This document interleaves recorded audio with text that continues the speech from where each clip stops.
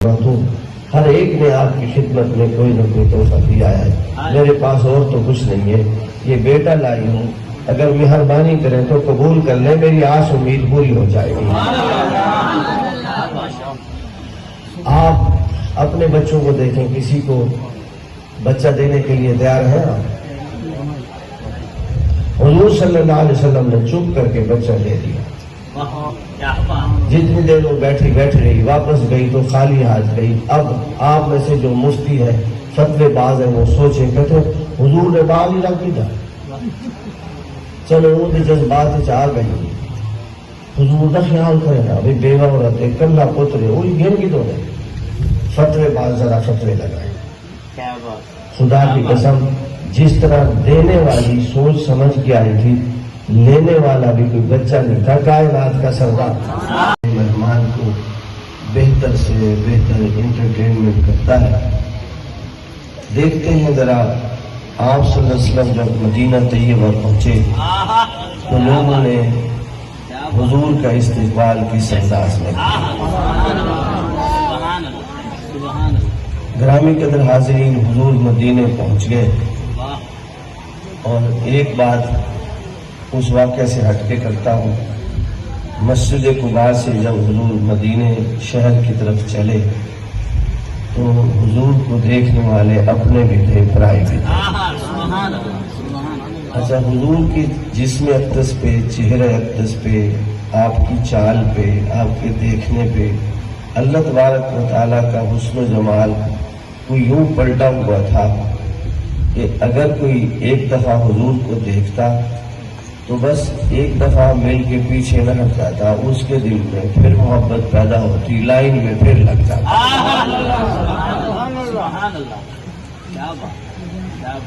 اور جو میں نے پڑھا ہے ایک واقعہ، صرف ایک بات، واقعہ بھی نہیں، ایک بات. یہودی تھا، غیر مسلم تھا، حضور کا کلمہ نہیں پڑھتا تھا،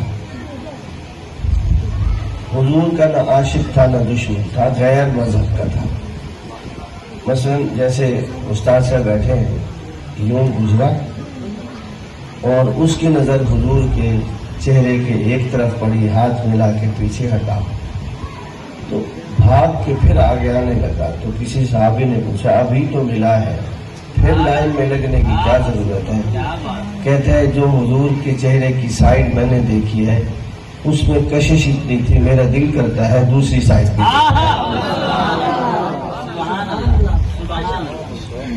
آپ ذرا غور کریں، جو نہ ماننے والا تھا اس کی کیا شان ہے، ہم نے تو دیکھا ہی نہیں ہے، ہماری کیا اوقات ہے. لیکن اگر کوئی حضور کی محبتوں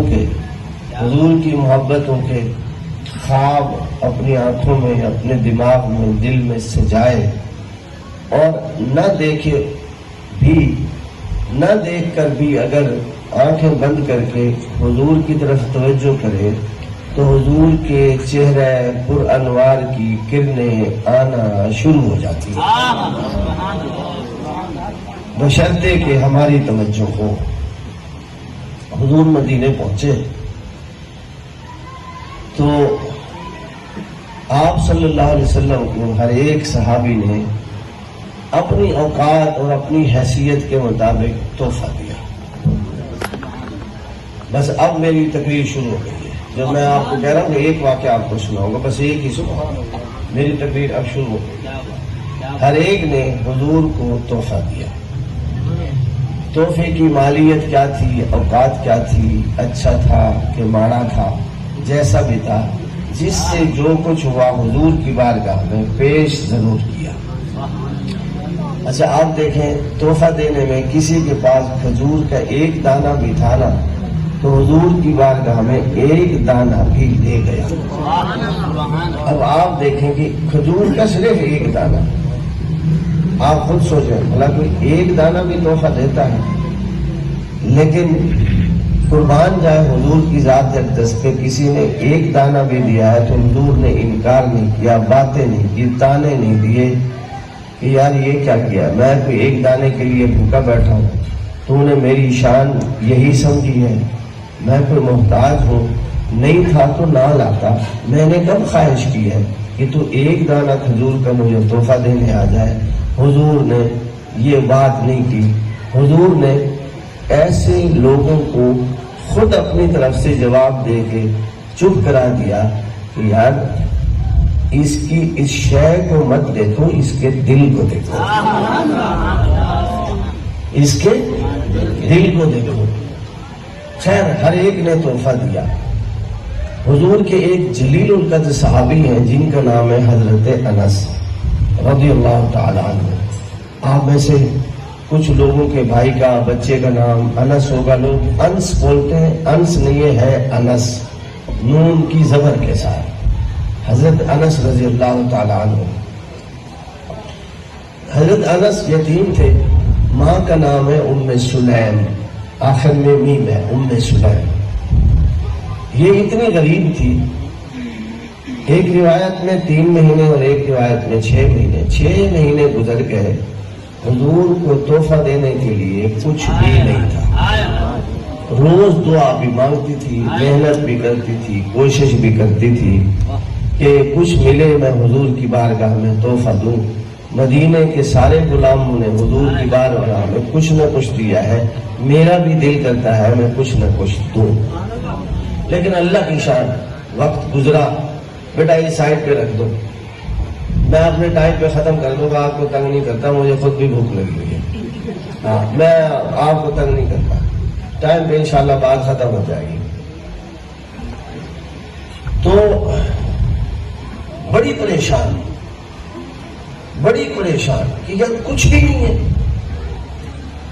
میں اتنی محتاج ہو گئی ہوں کہ ایک دانہ کھجور کا بھی نہیں ہے. روز سوچتی تھی، سوچتے رات کو اپنے اس یتیم بیٹے کے ساتھ سوئی ہوئی تھی. خیال آ گیا، ام سلیم تو بھی بھولی ہے، تو کہتی ہے میرے پاس کچھ نہیں ہے، یہ جو بیٹا سویا ہوا ہے صبح یہی تو پھر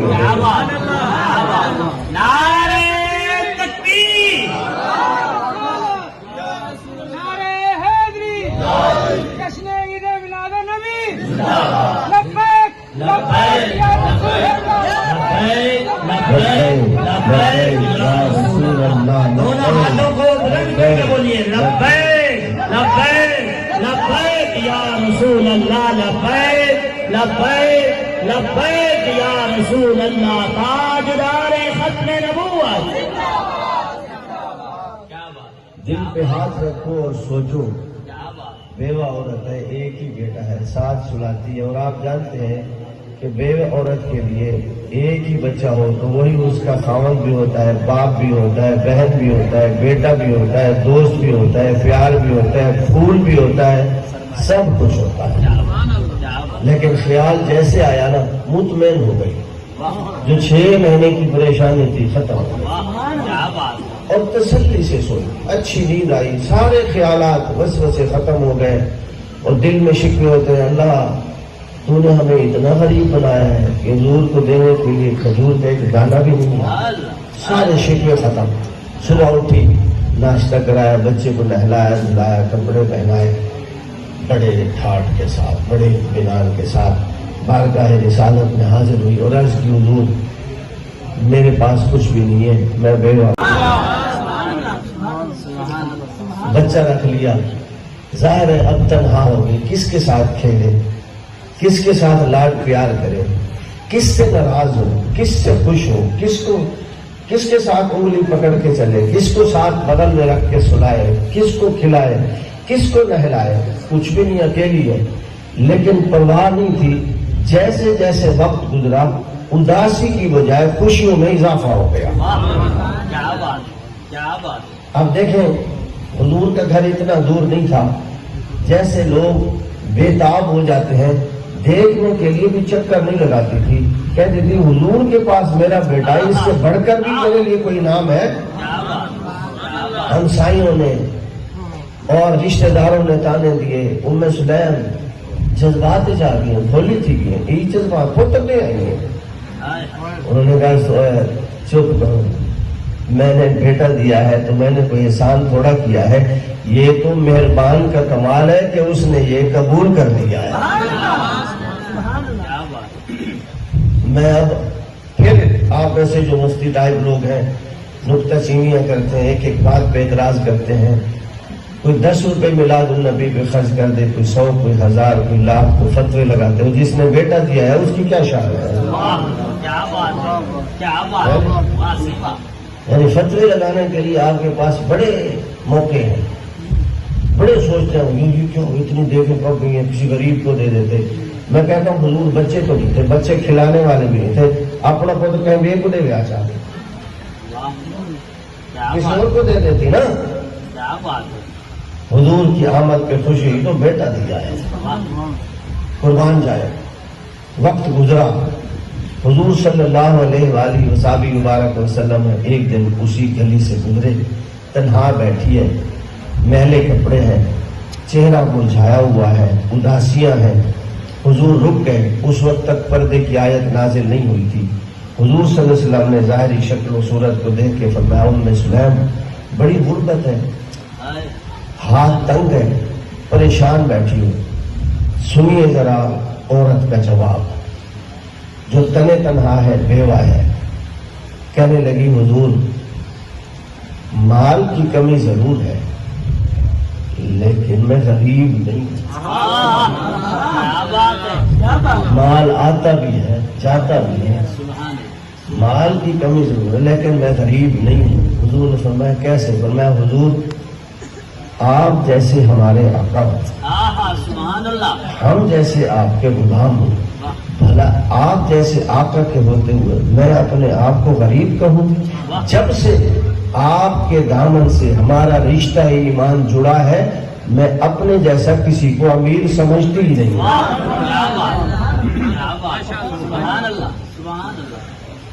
مال کی کمی ضرور ہے، میں غریب نہیں ہوں، غریب نہیں۔ خواجہ غلام فرید کوٹ مٹھن والے حضور کی بارگاہ میں عرض کرتے ہیں حضور ہمیں آپ دیدار کرائیں تو ہم بھی آپ کو تحفے دیں گے۔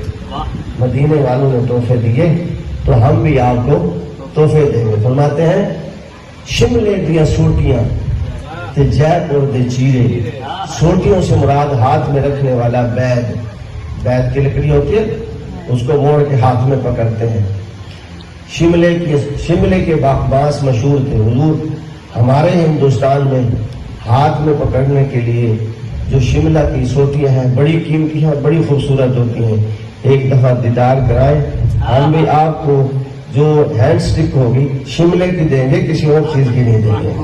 شملے کی سوٹیاں تے جے پور دے چیرے، چیرے کہتے ہیں ہندی زبان میں کپڑوں کو۔ اس وقت ہوزری اور جو کپڑوں کی فیکٹری تھی وہ جے پور میں تھی۔ فرمایا جب آپ آؤ گے تو میں اپنے لفظوں میں کہتا ہوں جے پور کی فیکٹری کے بنے ہوئے چیک کے کپڑے دیں گے۔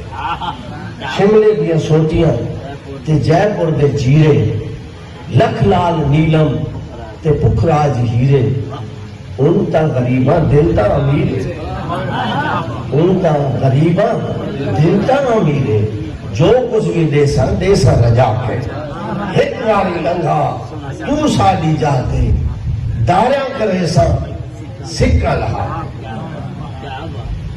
عرض کی حضور غریب نہیں ہوں میں، غریب مال کی کمی ضرور ہے، میں مومن ہوں، آپ کی غلام ہوں، آپ پہ فدا ہوں، آپ کے ساتھ میرا رشتہ ہے، میں بھی بڑا غریب ہوں، میں غریب نہیں ہوں، میں امیر ہوں۔ حضور اس کے اس خوبصورت جواب سے بڑے مطمئن ہوئے۔ صحابہ جو تھے وہ بھی حیران ہو گئے کہ ایک بیوہ عورت، اس میں کوئی شک نہیں ہے مال کی کمی ہے اس کی زبان میں، لیکن اس کے باوجود بھی حضور کو بچہ دے کے اس حال میں ایمان پہ کتنی خوش ہے کہ مال کی کمی کا ذکر کرتی ہے لیکن غربت اپنے پاس آنے نہیں دیتی، اور بتا دیا ہے حضور کی چپ اس بات کی تصدیق ہے لوگوں جسے حضور کی محبت نصیب ہے وہ جتنا بھی مال میں کم ہو غریب نہیں ہے، غریب نہیں ہے۔ حضور صلی اللہ علیہ وسلم اچھا کوئی روزی روٹی کا ہیلا بہانا، عرض کی حضور میرا باغ ہے، میرا خاوند فوت ہو گیا ہے، پانی دینے والا اس کی دیکھ بھال کرنے والا کوئی نہیں ہے، اگر اس کو بر وقت پانی دیا جائے اس کی دیکھ بھال کی جائے تو سارے دکھڑے ختم ہو جائیں گے. حضور نے فرمایا اچھا کدھر ہے؟ فرمایا وہ ادھر ہے. آپ نے فرمایا وہ جلو، واہ کیا بات اور جلو کیا بات باغ ہے جلتے ہیں. جتنے صحابی آپ کے ساتھ تھے، حضور آگے آگے، صحابی پیچھے پیچھے، پیچھے حضرت ام سلیم اکیلے. چلتے چلتے باغ میں پہنچے اور باغ کا چکر لگایا. درمیان میں کھڑے ہو کے حضور نے ہاتھ اٹھائے اور آپ نے دو دعائیں دی. فرمایا اللہم اکثر مالہا و ولدہا، اے اللہ مال کی کمی بھی پوری کر دے، اولاد کی کمی بھی پوری کر دے. اور فرمایا آپ نے، کیا بات اور پھر آپ نے وہاں کھڑے ہو کے ارشاد فرمایا ام سلیم مدینے میں ہر باغ والے کا باغ سال میں ایک دفعہ پھل دیتا ہے، ایک دفعہ ہی دے گا، لیکن تو آج کے بعد پانی دے یا نہ دے، دیکھ بھال کر نہ کر، تیرے باغ میں اللہ تبارک و تعالی سال میں 2 دفعہ پھل دے گا. سال میں 2 دفعہ پھل دے گا. اور اس پہ جو بایو کے اس وقت ٹاپ کلاس کے پروفیسر ہیں نا، وہ کہتے ہیں جو درخت بڑھتے ہیں نا یہ روشنی کے زور پہ بڑھتے ہیں. روشنی اگر مناسب انہیں بار بار ملتی رہے تو درخت بہت جلدی ترقی کرتے ہیں. اس بایو کے اصول اور رول کو سامنے رکھ کے عاشقان مصطفیٰ یہ کہتے ہیں کہ حضور چونکہ جس طرح بشر تھے اسی طرح نور بھی تھے.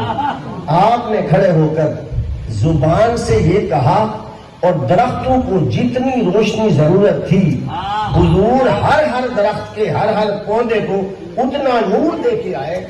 دوسروں کا باغ سال میں 1 دفعہ پھلے گا، حضور درختوں کو اپنا نور دے کے آئے اور اعلان کر کے آئے کہ تیرا باغ سال میں 2 دفعہ پھلے گا. اور فرمایا آپ کو تو حضور صلی اللہ علیہ وسلم نے یہ کہا اور پھر آپ واپس آ گئے. اللہ کی شان، جب لوگوں کے باغ ختم ہو جاتے تھے، ان کا 1 دفعہ کا پھل ختم ہو جاتا تھا، ادھر سے دوسرا پھل شروع ہو جاتا تھا. یا تو یہ ہوتا تھا کہ پائی کے لیے محتاج تھی. اب جب کسی کے پاس مدینہ طیبہ میں پھل نہ ہوتے، حضرت ام سلیم کے دروازے پہ لوگ کھڑے ہوتے کہ ام سلیم ہمارے پاس فلانا پھل نہیں ہے، آپ پھل تو دے، ہمارا پھل کھانے کو دل کرتا ہے. حضرت ام سلیم نے یہ نہیں کہا کہ خیروں میں توڑ کے دیتی ہوں، زیادہ توڑنا یا کم توڑنا، جو بھی آتا اس کو کہا وہ باغ ہے جتنا مرضی ہے توڑ لے، حضور نے بتایا ہے تو آپ پھلوں میں کمی نہیں رہے. پھلوں میں کمی. میں اب اس کو تھوڑا سا قرآن مجید کے ایک واقعے سے ریلیٹ کرتا ہوں. حضرت مریم کے بارے میں آپ نے سنا ہے کہ بے موسم پھل ان کے پاس تھے، بے موسم پھل ان کے پاس آتے تھے، ان کی اپنی ضرورت پوری ہوتی تھی. حضور نے دعا دی ہے تو پورے مدینے والے بے موسم پھل کھا رہے ہیں. نعرہ تکبیر، نعرہ رسالہ، نعرہ خلافہ، نعرہ حیدری، جشن میلاد النبی، سرکار کی آمد، منٹھار کی آمد، مکی کی آمد، مدنی کی آمد. ایک کلی پہ 4 پھول، واپس سے ایک کلی پہ 4 پھول.